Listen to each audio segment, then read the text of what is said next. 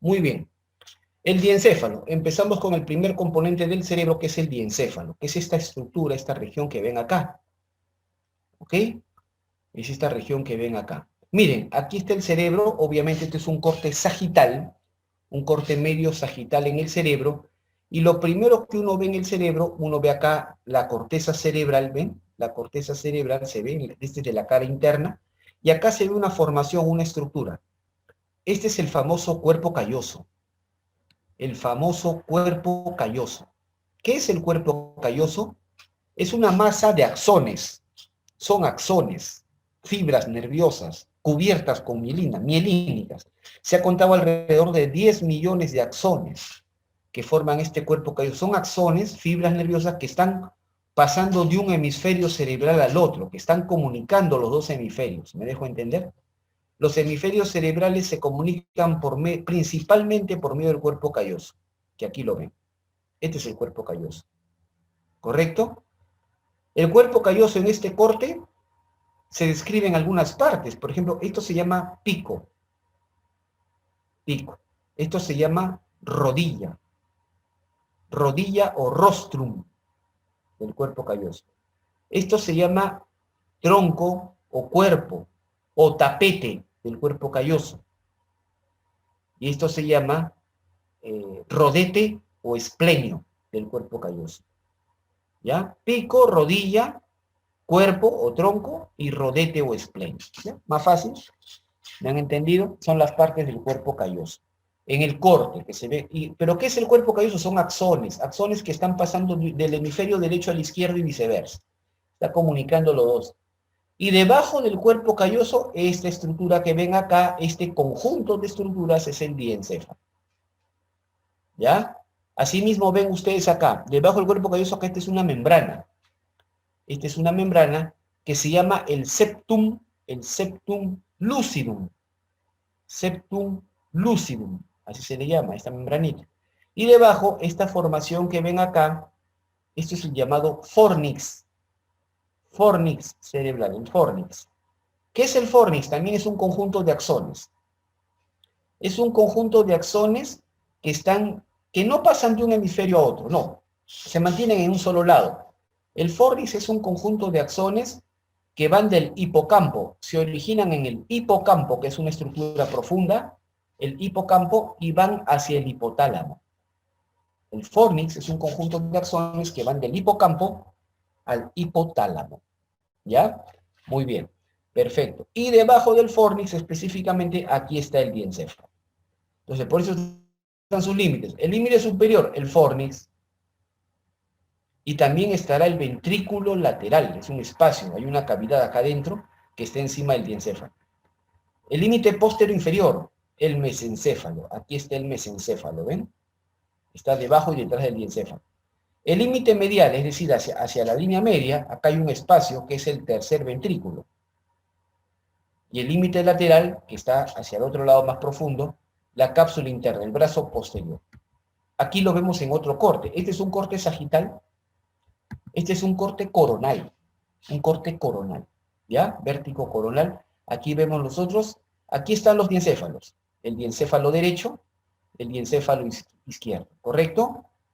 El límite medial entre los dos diencéfalos está ¿quién? El tercer ventrículo. ¿Ven ustedes acá? El tercer ventrículo. Es este espacio que está entre los dos diencéfalos. ¿Estamos de acuerdo? Y pueden notar acá que este tercer ventrículo está siendo cruzado, ¿ven? Está siendo atravesado ¿por quién? Por esta estructura que se llama la comisura intertalámica. Comisura intertalámica es la estructura que atraviesa el tercer ventrículo. Su nombre lo dice, intertalámica, que comunica los dos tálamos. Eso significa, ¿correcto? Pero la comisura intertalámica no está presente en todas las personas.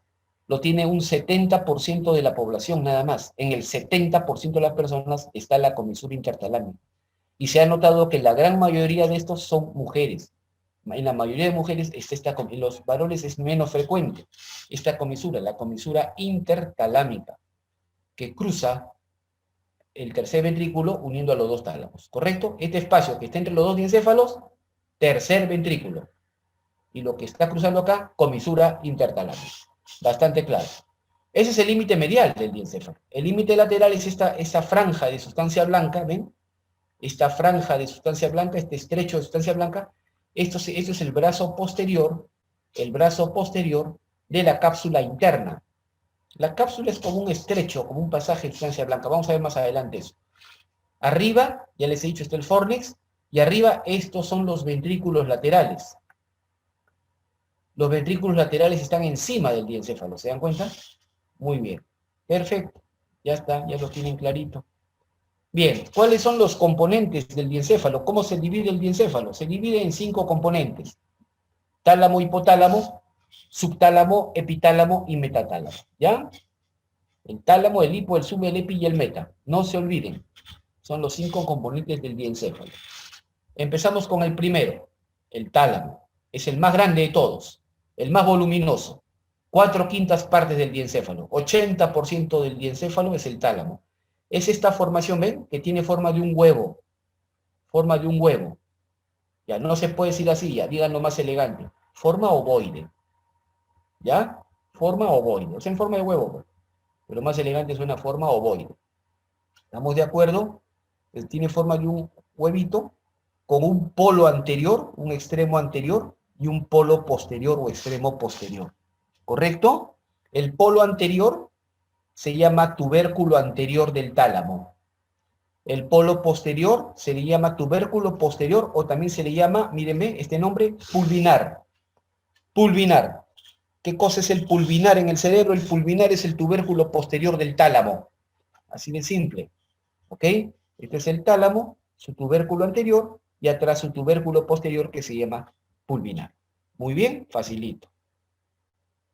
El tálamo forma el piso del ventrículo, de cada ventrículo lateral, ¿no? Cada tálamo forma el piso del ventrículo lateral, ¿correcto? Y está separado del otro tálamo por el tercer ventrículo. Y está unido al otro tálamo por la comisura intertalámica presente en el 70% de las personas, ya lo he dicho. Limita lateralmente el tálamo, limita lateralmente con el brazo posterior de la cápsula interna, ya lo hemos dicho. Muy bien, aquí están los dos tálamos, aquí se han aislado los dos tálamos. Pueden apreciar acá el tálamo derecho y el tálamo izquierdo. Unidos entre sí, ven acá, esta es la comisura intertalámica, que no es constante, la tiene 70% de las personas, la mayoría de ellas mujeres. ¿Ok? Y este espacio que está acá, este espacio, esta abertura entre el tálamo derecho y tálamo izquierdo, este espacio es el tercer ventrículo. ¿Quedó claro? Muy bien. Simple, ahí está. Tercer ventrículo es este espacio, esa es la comisura intertalámica. Estos son los tálamos, tálamo derecho, tálamo izquierdo. El tálamo está formado por un conjunto de núcleos, mírenme, es un complejo de varios núcleos. Los principales los voy a mencionar acá. Este es bueno, hay una estructura que divide el tálamo, una estructura con forma de una letra Y, se llama la lámina medular interna. Claramente la ven ahí. La lámina, algunos dicen estría, la estría medular interna, es lo mismo. Estría medular interna o lámina medular interna divide al tálamo en grupos nucleares, en 3 grupos. El grupo anterior acá, pintado de amarillo, el grupo medial, pintado de azul, y el grupo lateral o posterior, pintado de rojo. En el grupo anterior está el núcleo anterior del tálamo, ¿ven? Ahí está el núcleo anterior del tálamo. En el grupo medial hay 3 núcleos. El núcleo medio dorsal, ¿ven? ¿Qué significa la palabra? Medio dorsal, que está hacia el medio, pero hacia arriba. Aquí, dorsal es superior, ya les he dicho. Hacia abajo habrá otro, el medio ventral. Ventral es inferior. Y más adentro, el mediano, el núcleo mediano. ¿Correcto? Muy bien. En el grupo lateral posterior tenemos más núcleos. Tenemos el núcleo lateral dorsal, es decir, lateral y hacia arriba, lateral dorsal, y otro núcleo que se llama lateral posterior. ¿Ven? Si alguien no me entendió que aquí en el cerebro dorsal es superior y sigue pensando como la anatomía general que dorsal es posterior, entonces va a pensar que estos dos núcleos son sinónimos. Pero no es así. ¿Correcto? Dorsal es superior. ¿Ya? Lateral dorsal y lateral posterior. ¿Estamos de acuerdo? Luego tengo los núcleos ventrales. Ventral anterior, ventral lateral, ventral posterior. Son los de abajo. Pues ventral anterior. No está redundando. Ventral anterior significa abajo y adelante. Eso se está diciendo. Abajo y lateral, ventral lateral. Abajo y atrás, ventral posterior. ¿Correcto? Y más atrás, el núcleo pulvinar o posterior. El núcleo posterior o pulvinar. ¿Se acuerdan? Muy bien. Este núcleo de acá, ventral posterior, se subdivide en tres, como he puesto acá. Se divide en tres. En ventral posterolateral, ventral posteromedial y ventral posterior-inferior. ¿Correcto? Muy bien, ya conocen. Esos son los núcleos del tálamo. Y en esta tablita he colocado de una manera bastante simple y bastante resumida la función de los principales núcleos, al menos los que no se deben olvidar, los que siempre deben saber. ¿Correcto? Para toda su vida. Entonces, por ejemplo, miren, el núcleo anterior del tálamo, este que estaba de color amarillo, este núcleo anterior del tálamo, participa en qué función? Aprendizaje y memoria. Tiene que ver con función de aprendizaje y memoria. Forma parte de un circuito que se conoce como el circuito de Papez. Los núcleos mediales, es decir, estos que están pintados de azul, los núcleos mediales, participan en la función de regulación de emociones. ¿Correcto? Muy bien. Los núcleos ventral anterior y ventral lateral, o sea, estos de acá, perdón, estos de acá, ventral anterior y ventral lateral, ¿sí? Tienen que ver con regulación y coordinación motora. Especialmente porque los dos tienen conexiones con los núcleos basales del cerebro, que tienen que ver con coordinación motora. Y en especial el núcleo ventral lateral, que también recibe fibras que vienen del cerebelo. Por eso participa en coordinación motora. Pero ya, no voy a entrar en tanto detalle. La integración sensitiva participa en estos núcleos, el posterolateral y el posteromedial. ¿Se acuerdan cuando vimos médula espinal? Cuando vimos las vías ascendentes, cuando vimos el haz espinotalámico, ¿se acuerdan? Espinotalámico anterior, el haz espinotalámico lateral. Cuando vimos los haces de Golgi-Burdak, que luego se continuaban con otro haz que se llama el lemnisco medial. Todos estos haces que yo mencioné en su momento, y van a revisarlo en el video de la clase anterior, porque por supuesto yo lo dije, los haces espinotalámicos y el lemnisco medial terminan en este núcleo, en el núcleo ventral posterolateral, acá, en el ventral posterolateral. Por lo tanto, este núcleo ventral posterolateral recibe integración sensitiva del cuello para abajo, del cuello para abajo. El núcleo ventral posteromedial recibe información sensitiva de la cara, de la cabeza en general, de la cabeza, por fibras que vienen de los núcleos del nervio trigémino. Mientras que el posteromedial también recibe información gustativa, percepción gustativa de los sabores, y el posterior inferior vestibular, equilibrio. Asimismo, miren ustedes acá, debajo y detrás del núcleo pulvinar, acá hay dos bolitas, ¿ven? Dos bolitas. Estos son los llamados cuerpos geniculados, con G. Cuerpos geniculados, con G, que están debajo y por fuera del pulvinar. Estos cuerpos geniculados, el lateral forma parte de la vía visual y el medial forma parte de la vía auditiva. Por último, yo les conté que el tálamo estaba dividido por esta estructura que tiene forma de una Y, que es la lámina medular interna. Lámina medular interna. Y dentro de ella también hay núcleos. Se les llama los núcleos intralaminares. Núcleos intralaminares que están dentro de la lámina medular interna. Eso te está diciendo. ¿Se acuerdan cuando vimos en tronco encefálico la formación reticular?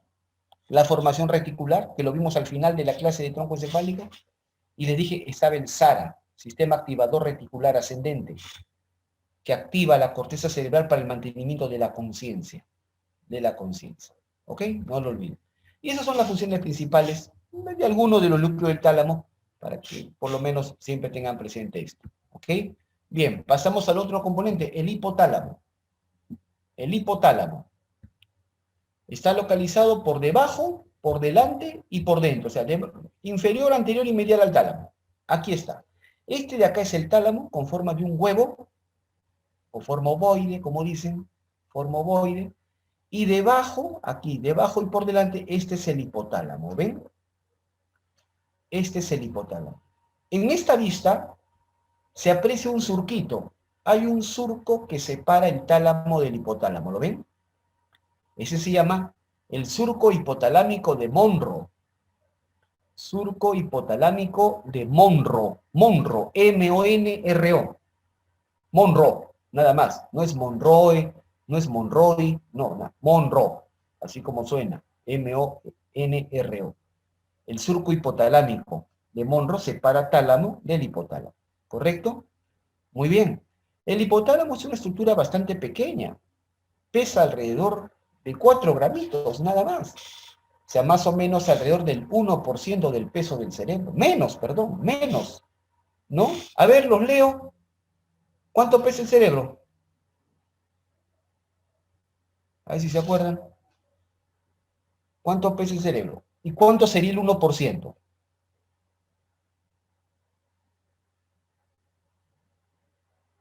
A ver, ¿están ahí o no? ¿Cuánto pesa el cerebro y cuánto sería el 1%?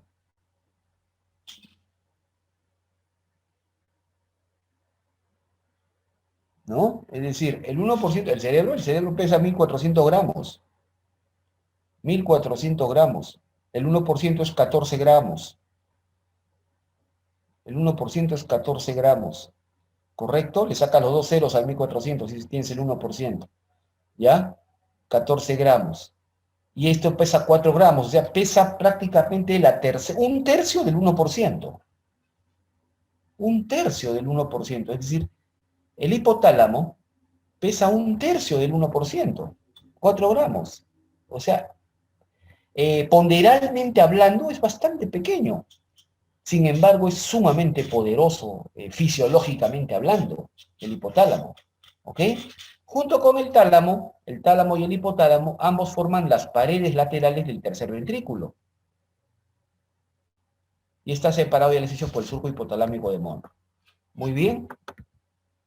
Aquí está. El hipotálamo también está dividido en una serie de núcleos. Los más conocidos son estos tres grupos. El hipotálamo, miren ustedes. ¿Qué hay en el extremo inferior del hipotálamo? Uno se pregunta, ¿qué hay debajo del hipotálamo? En la parte inferior del hipotálamo tenemos de adelante hacia atrás, esta formación acá, este es el quiasma óptico. El quiasma óptico. Detrás tenemos el infundíbulo, del cual se va a originar el tallo de la hipófisis. Y luego tenemos el cuerpo mamilar, Acá lo vemos más grande. Aquí están las tres estructuras que hay debajo del hipotálamo. 1, el quiasma óptico. 2, el infundíbulo.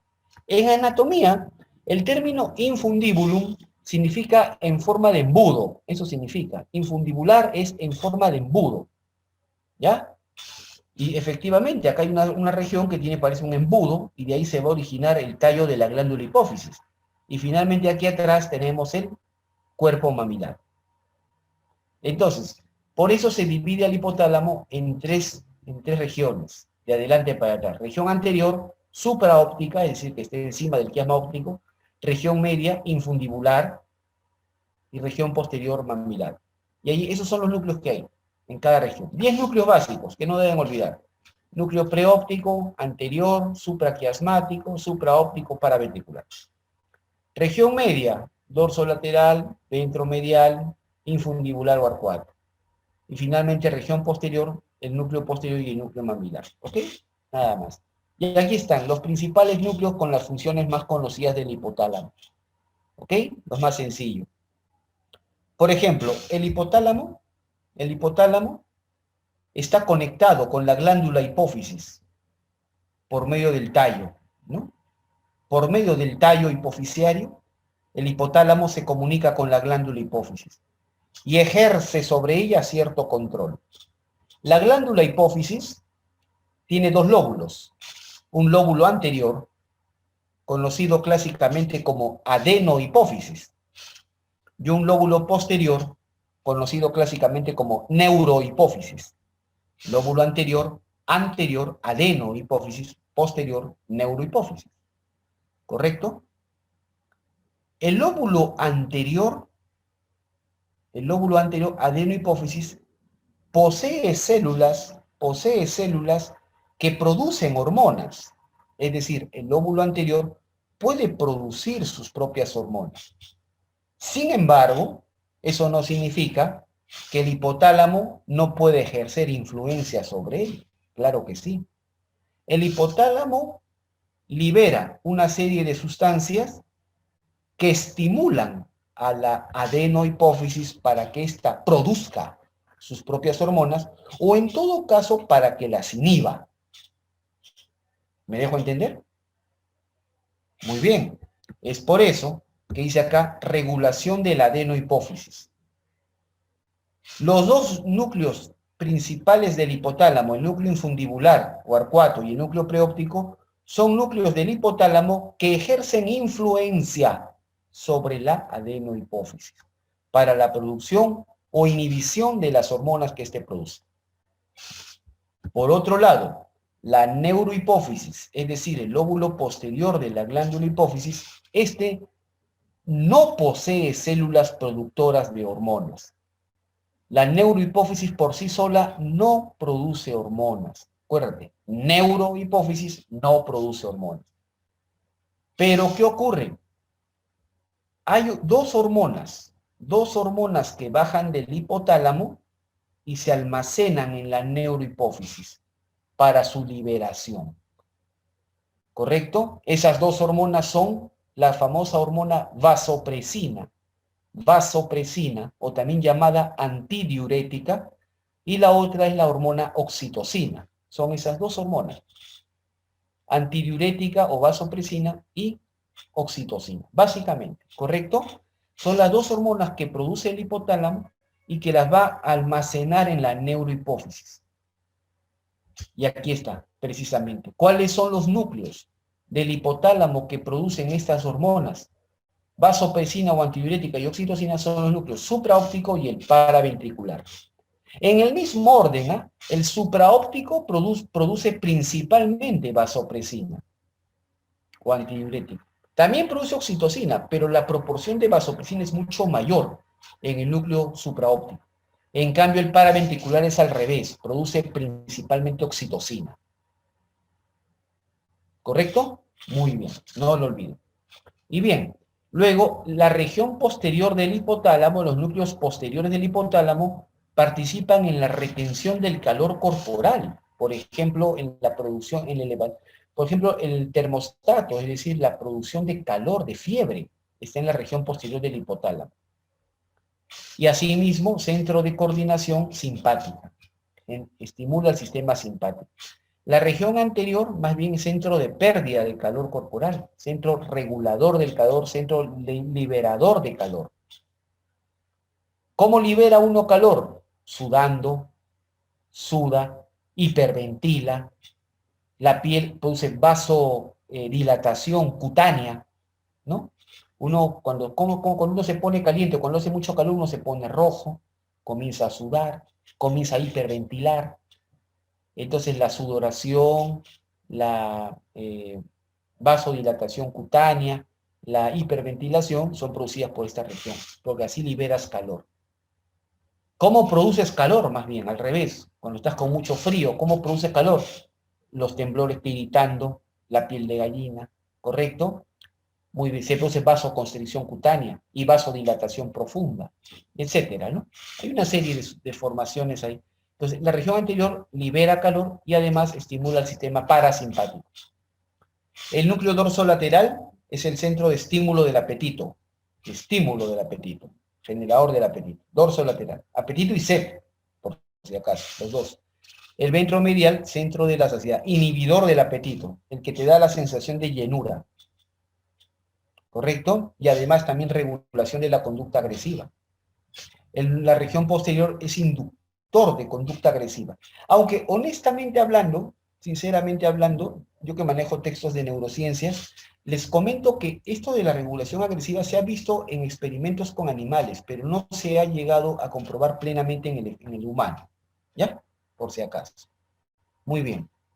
El núcleo mamilar, sí se sabe perfectamente, tiene que ver con función de aprendizaje y memoria. Forma parte del circuito de Papez. Y en el ser humano es muy importante. Y por último, el núcleo que tiene que ver, el núcleo llamado el reloj biológico. Al núcleo que le llaman el reloj biológico del sistema nervioso. El núcleo supraquiasmático, que está en el hipotálamo.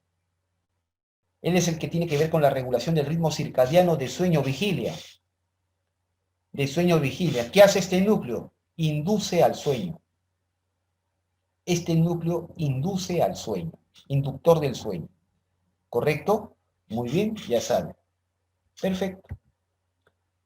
Bien, y acá está lo que les contaba, ¿no? La glándula hipófisis es una glándula única, localizada en la silla turca del efenoides, es bastante pequeña, mide 1 centímetro de diámetro, pesa máximo 1 gramo, y está unida al hipotálamo por el tallo. 2 lóbulos, el anterior adenohipófisis, el posterior neurohipófisis. El anterior, la adenohipófisis, posee células que producen hormonas. Y se describen 5 tipos de células precisamente en función de la hormona predominante que producen. ¿Correcto? Las somatotropas, corticotropas, tirotropas, gonadotropas, lactotropas. Las somatotropas son células que producen predominantemente, ¿no?, la hormona somatotropina, que es la hormona del crecimiento. La hormona del crecimiento. Y estas son las células predominantes en la adenohipófisis, 30 a 40%. Luego tenemos las corticotropas, que constituyen un 20%, productoras de hormonas de adenocorticotropinas, ¿correcto? La ACTH. Las tirotropas, hormonas productoras de hormonas tiroideas, de hormonas que van a estimular a la glándula tiroides, ¿correcto? Las tirotropas. Gonadotropas, que producen hormonas sexuales que van a estimular a las gónadas. Lactotropas, que producen la prolactina principalmente. ¿Ok? Muy bien. Y en esta tablita les pongo más o menos la relación de células con la hormona que producen. ¿Ven? Acá está, ¿no? Somatotropina, hormona de crecimiento, es lo mismo. GH. Hormona de crecimiento, pues eso significa. ¿Correcto? Las corticotropas produce una macromolécula que se llama la propiomelanocortina, la cual cuando sale al plasma se fragmenta, se escinde y produce la ACTH, que es la adenocorticotropina, y la MSH, la hormona estimulante de melanocitos, y endorfinas. Las tirotropas, las células producen la tirotropina, o TSH, que significa hormona estimulante de la tiroides. Las gonadotropas produce las gonadotropinas, que es la FSH, descubierta por primera vez en el sexo femenino, y por eso se le puso ese nombre. Hormona estimulante de los folículos ováricos, FSH, hormona estimulante de los folículos, o folículo estimulante. Sin embargo, esta hormona también está presente en el hombre, pero en el hombre, el hombre no tiene ovarios, ¿correcto? Un hombre no tiene ovarios, si tiene ovarios es mujer y punto, ¿correcto? Entonces, ¿qué hace la FSH en el hombre? En el hombre lo que hace la FSH es estimula la producción de espermatozoides en el testículo. Estimula la espermatogénesis y la espermiogénesis. ¿Correcto? Entonces también está en el hombre. Sin embargo, el nombre fue puesto porque fue descrito en la mujer. Entonces, hormona estimulante de los folículos ovarios, o folículo estimulante. Y la LH, la hormona luteinizante, igual, hormona que estimula la formación del cuerpo lúteo en el ovario de la mujer. ¿En el hombre existe? Sí. ¿Pero qué hace la LH en el hombre? Estimula las células de Leydig, que están en el intersticio testicular y que son las células que producen testosterona. ¿Correcto? Muy bien, es así de simple. La ciencia es una sola, la anatomía es una sola. Entonces es muy sencilla. Las lactotropas producen la prolactina. La prolactina. Muy bien, perfecto. Ya está. El lóbulo anterior, ya les conté, la adenohipófisis, ¿no? Los grupos celulares que están acá son influenciados por hormonas liberadoras o inhibidoras que son producidas por núcleos del hipotálamo. Estos núcleos de acá que les conté, el infundibular o arcuato y el preóptico. Y esos núcleos producen factores que van a estimular o inhibir a estas células y son conducidas por un haz, un fascículo, que es el fascículo túbero hipofisiario, hacia un grupo de venas que forman el llamado sistema venoso porta. Esta es la vena porta, esta es la vena porta de la hipófisis. ¿Correcto? Igual que en el hígado hay una vena porta, y lo vamos a ver en abdomen. Hay dos venas portas en el cuerpo humano. La vena porta hepática, que está en el hígado, y la vena porta hipofisiaria, que está aquí, en la glándula hipófisis. Estas venas tienen una característica, llevan sangre a un órgano. A diferencia del resto de venas del cuerpo, el resto de venas del cuerpo recogen sangre de los órganos, las venas portas llevan sangre a un órgano. Esa es la diferencia. Y aquí tenemos el sistema porta hipofisiario, un conjunto de venas que reciben a estos factores, que liberan estos núcleos hipotalámicos y lo llevan a la adenohipófisis. Y así actúan sobre estas células para estimularlas o inhibirlas. Muy bien, simple. Mientras que el lóbulo posterior, la neurohipófisis, les dije muy claro, no produce hormonas.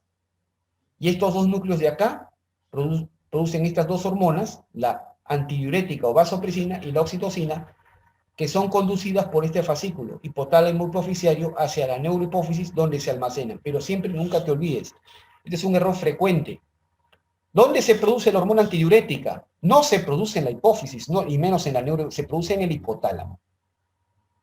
¿Ya? La antidiurética es producida principalmente por el núcleo supraóptico y la oxitocina es producida principalmente por el núcleo paraventricular. ¿Correcto? Bastante claro. Y se van a almacenar. La neurohipófisis se utiliza de almacén nada más hasta su secreción de acuerdo a la demanda corporal o metabólica. Muy bien, ahí están los núcleos. Muy bien, perfecto. Se acabó el hipotálamo. El subtálamo. El subtálamo es esta región de acá. Este es el tálamo. Este es el tálamo. Este es el hipotálamo. El subtálamo es lateral al hipotálamo. Está debajo, delante, pero lateral al tálamo. O sea, es lateral al hipotálamo. Y la principal estructura, el principal componente del subtálamo que deben recordar siempre es este núcleo. Tiene un famoso núcleo. El núcleo subtalámico o núcleo de Lewis. El núcleo subtalámico o núcleo de Lewis es el núcleo más conocido del subtálamo y que es parte de los núcleos basales. Por lo tanto, cuando ustedes escuchen el término núcleos basales, que algunos erróneamente llaman ganglios basales, ¿ya? Y algunos libros están mal traducidos, así no saben ni por qué los libros los pasan por una máquina para traducir, ¿correcto? Y las máquinas no piensan. Entonces, núcleos o ganglios basales, ¿correcto? Cuando escuchen hablar de ese término, piensen en coordinación motora. Coordinación motora, ¿correcto? Participa en regulación y coordinación motora de músculos proximales de los miembros. La lesión de este núcleo subtalámico de Lewis en personas, por ejemplo, que han sufrido un infarto intracerebral, intraparenquimal, que afecte ese núcleo subtalámico de Lewis, aparece una alteración motora que se llama el hemivalismo. Hemivalismo, movimientos involuntarios, pero de, como dice acá, de músculos proximales de los miembros, o sea, de los hombros, de las caderas. El paciente involuntariamente mueve los hombros o mueve las caderas. ¿Correcto? Muy bien. El epitálamo. El epitálamo está acá. El epitálamo está detrás, medial, detrás y medial al tálamo. Ahí lo ven. Acá está el tálamo, detrás y medial al tálamo. El principal componente del epitálamo es la epífisis. Acuérdate, epífisis, epitálamo. La epífisis también es conocida como la glándula pineal, es lo mismo. La famosa glándula pineal o epífisis. Esta glándula pineal o epífisis, su principal función es que produce una hormona llamada la melatonina. Melatonina. Entonces, ¿dónde se produce la famosa melatonina? En la glándula pineal o epífisis. ¿Correcto? ¿Y para qué sirve esta melatonina? Esta melatonina en los niños y en la etapa preadolescente, inhibe el desarrollo de los caracteres sexuales secundarios. ¿Correcto? Inhibe el desarrollo de los caracteres sexuales secundarios y participa en el ritmo circadiano del sueño y vigilia. ¿Qué significa esto? Inhibe los caracteres sexuales secundarios. La pregunta lógica sería, ¿y cuáles son los caracteres sexuales primarios? Los caracteres sexuales primarios es la forma y la presencia de genitales de determinado sexo. Si tiene pene, bolsa escrotal y testículos adentro, es masculino. Si tiene labios y vulva, es femenino. ¿Correcto? Así de claro. Los caracteres sexuales secundarios son los que aparecen luego con el inicio de la adolescencia. En el caso de los hombres, se engrosa la voz se torna más grave, ¿correcto? Se redistribuye la grasa hacia la zona generalmente proximal de los miembros, aumenta la masa muscular, aparece el vello pubiano, crece el órgano viril masculino, ¿correcto? En la mujer, la voz se mantiene aguda, la grasa se distribuye sobre todo hacia la zona de las caderas, la región mamaria, la región glútea, ¿correcto? Tiene otra forma, me dejo entender, caracteres sexuales, aparece el vello púbico, también se desarrollan los genitales externos, etc. Entonces, mientras haya alta concentración de melatonina, esto no aparece, se inhibe, ¿correcto? Pero cuando se inicia la adolescencia, esta hormona se inhibe, la glándula pineal baja sus niveles y aparecen los caracteres sexuales secundarios, ¿correcto? Muy bien. Y asimismo, durante el resto de la vida, participa en el ritmo circadiano. ¿Cómo así? Vean ustedes la imagen, vean ustedes esta imagen. Es sacada del libro de Fisiología de Ganong, por si acaso, libro de Fisiología de Ganong. Ahí lo pueden ver, ya está explicado. Por ejemplo, cuando hay penumbra, cuando estamos en una situación de penumbra, es decir, de oscuridad, entonces en la retina, ya hemos visto nosotros la clase de ojo, en la retina se estimulan los bastones. Las células, los receptores de la oscuridad son los bastones. Cuando los bastones se estimulan, esta información viaja por la vía óptica y llega al hipotálamo, al núcleo supraquiasmático. Perdón, pensé que estaba señalado. Al reloj biológico, el núcleo supraquiasmático. Ahí llega esa información. ¿Y qué hace? Lo activa, lo estimula. Es decir, la oscuridad activa bastones en la retina y esto activa al núcleo supraquiasmático del hipotálamo, al reloj biológico. ¿Y qué hace este? Este indirectamente estimula a la glándula pineal, a la epífisis, para que produzca melatonina. Y la melatonina induce al sueño, estimula el sueño. ¿Me dejo entender? En cambio, cuando ya, por ejemplo, amanece, ya estamos en una situación diurna con bastante iluminación en el entorno, en el ambiente, la iluminación inhibe a los bastones y más bien estimula a los conos. Estimula a los conos y el estímulo de los conos inhibe al reloj biológico, inhibe al núcleo supraquiasmático. Y al inhibir al núcleo supraquiasmático, pues baja, ya no se induce a la glándula pineal y bajan los niveles de melatonina y se activa el sistema reticular del tronco encefálico y se activa la conciencia y la vigilia. ¿Correcto? Así funciona el mecanismo. Entonces, por eso funciona de esa manera. Muy bien, y el metatálamo, el último componente del diencéfalo, el metatálamo es estas dos bolitas que ven acá, localizado debajo, detrás y lateral al tálamo, y está formado por los dos cuerpos geniculados, el cuerpo geniculado lateral y el cuerpo geniculado medial. El cuerpo geniculado lateral forma parte de la vía óptica o visual, y el cuerpo geniculado medial forma parte de la vía auditiva o acústica. ¿Quedó claro? Bastante simple. Bien, se acabó diencéfalo y pasamos a hemisferios cerebrales. No sé si hubiera alguna pregunta, alguna duda, los leo.